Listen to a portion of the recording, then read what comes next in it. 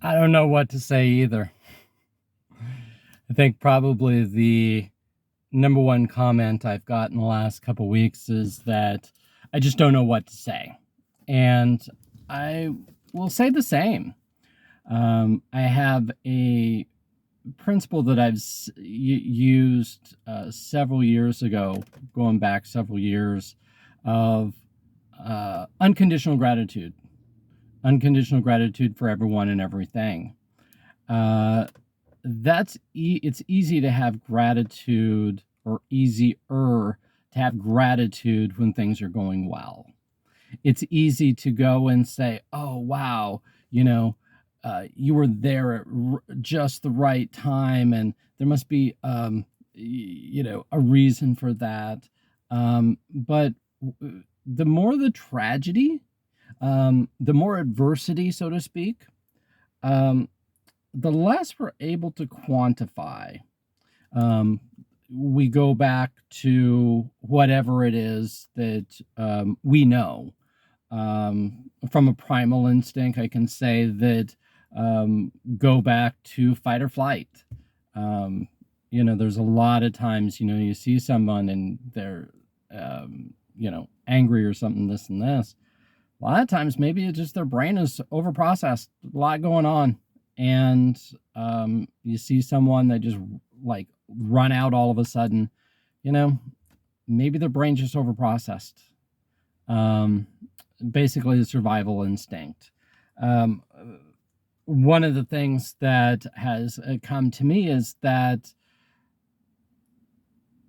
even though unconditional gratitude, it's taken me a while, but um, it's almost like living not in a realistic world, or in a world of reality, but in a world of conceptuality. So a conceptual world instead of like a real world. What that means is that conceptually speaking, I can have as my philosophy, my mantra of unconditional gratitude for everyone and everything.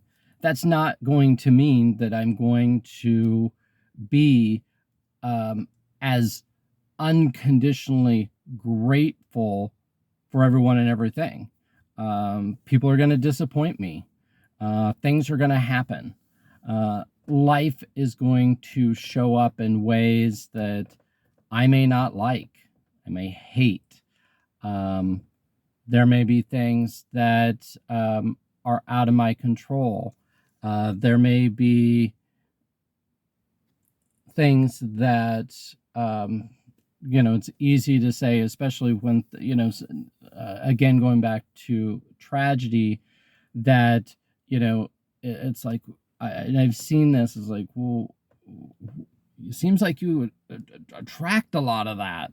It seems like, is there something with your karma? And everybody has to process things differently. For me, it's not about that. It's that sometimes things happen, and um, even sometimes things happen and you did nothing wrong. Sometimes you do everything right, and the results are exactly the opposite of what you want them to be. Um, we can go back to one of the things that I've written lately is that just because you look away doesn't mean it's going to go away. Let me explain that. So you could, not watch what I say. You can not look at, you can look away, but it doesn't mean it's going to go away. Doesn't mean that I'm going to go away. I've been very open, and I knew there was a risk, a great risk, about being very open about not only that my kids have died, but also that how they've died. I think it's important, the awareness, and have discussions around suicide, around overdose and drugs, and not from the narrative that we typically have, not from the stigmatization, not the shame, blame. Um, when someone says, "I'm sorry for your loss," I'd like to rephrase that. It's not my loss, it's our loss. Anytime we ended up losing someone, it's a loss to the greater good, so to speak.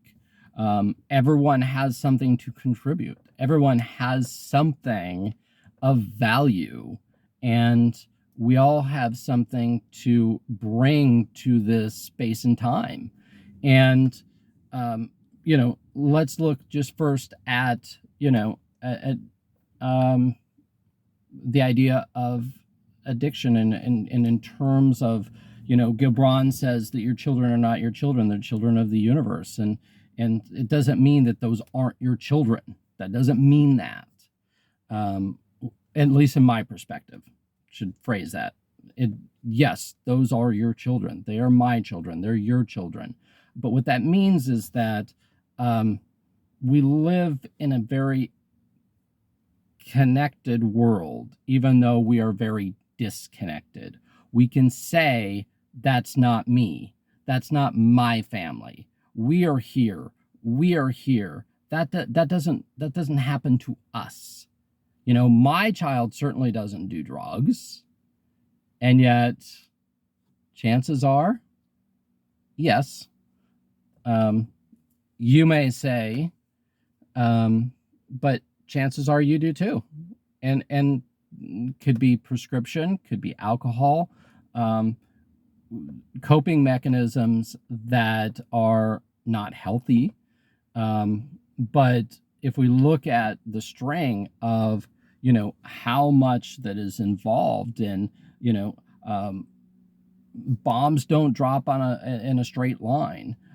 There's always collateral damage above and beyond. When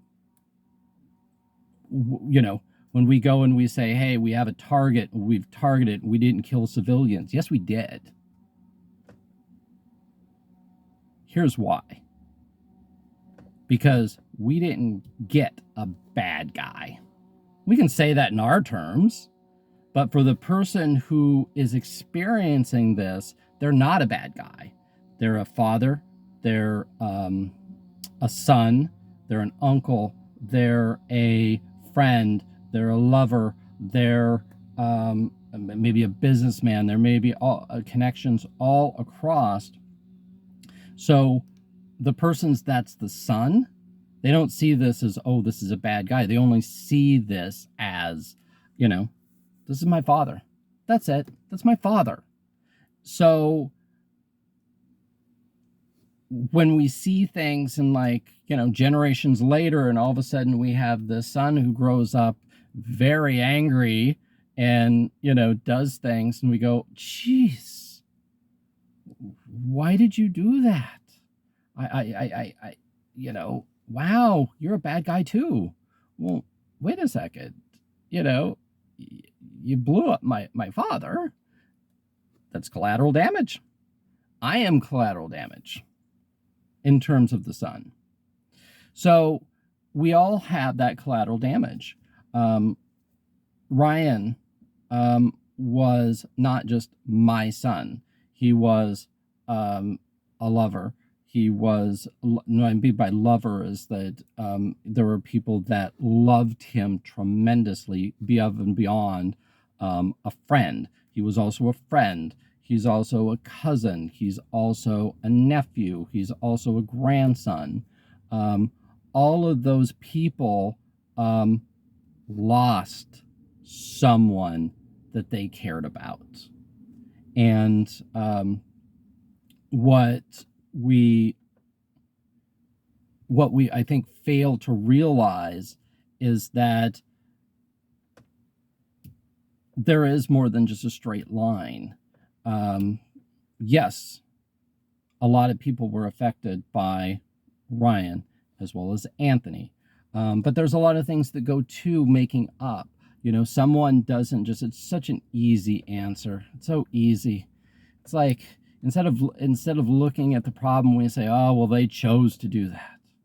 Well, let's look at it from a brain standpoint. It's not that simplistic. It's great that you have that.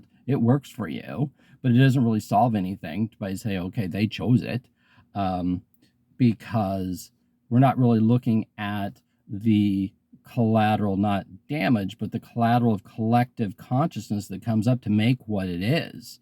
I can go back to, when Ryan was very young and the trauma he experienced as a child and how that affected him the rest of his life. You can say, oh, well, I'm a single parent, so I must be at fault, right? Well, how about we're all at fault? How about a community? How about the collective consciousness is at fault? If you're going to blame me, let's blame everyone. I don't mind having the blame. That's fine. If that makes it easier for you, then okay. But it doesn't solve anything. And I think that, what does solve something? Well, the same thing is if you look away, it's not going to go away. Well, if we have these conversations, if we get too close to it, it could possibly happen. If you think about it, it may happen. Well, that's not the way it works. We have to be able to have discussions. We have to come back. And for me, my discussion is this, goes back to the same place every time, is that how do we create more love? And it's not that Ryan wasn't unloved, but it's that, yes, he was loved, but where can we create a more loving community, a more loving, supportive, how can we every single day, professionally, personally, whatever it is, how can we, get to a place where we can actually realize, is your words helpful or hurtful? They say in the Jewish, in the Jewish dialogue, so to speak, that words can kill, and words have such profound effect. I know people that when I used to volunteer for hospice, there was somebody, even on their deathbed, they talk about someone saying something to them, and it may be 70 years ago, but they've kept that in their head. What can we do to what way we use our words, our actions, to be more loving, to be more kind, to be more compassionate? In my mind, or in my world, people say, well, you have to take care of me. Yes, but I can't live just for myself. I don't drive on a one-way road and there's no other people on the road. There's a lot of people that are driving, bicycles, pedestrians, people on the side. I have to watch out for myself. I have to take care of myself. Yes, I have to take care of that. But I also have to make sure that I'm defensive driving, and in essence, defensive living, and that I have to be conscientious of what my words and what my actions are for other people. For me, in essence, the greater the tragedy, the more the adversity, it becomes the more the opportunity to self-reflect, more to the opportunity to figure out, what is it where I could be a better person? What could I do to help other people more? Where could I be nicer? Where could I be able to add value to each and every person that I meet?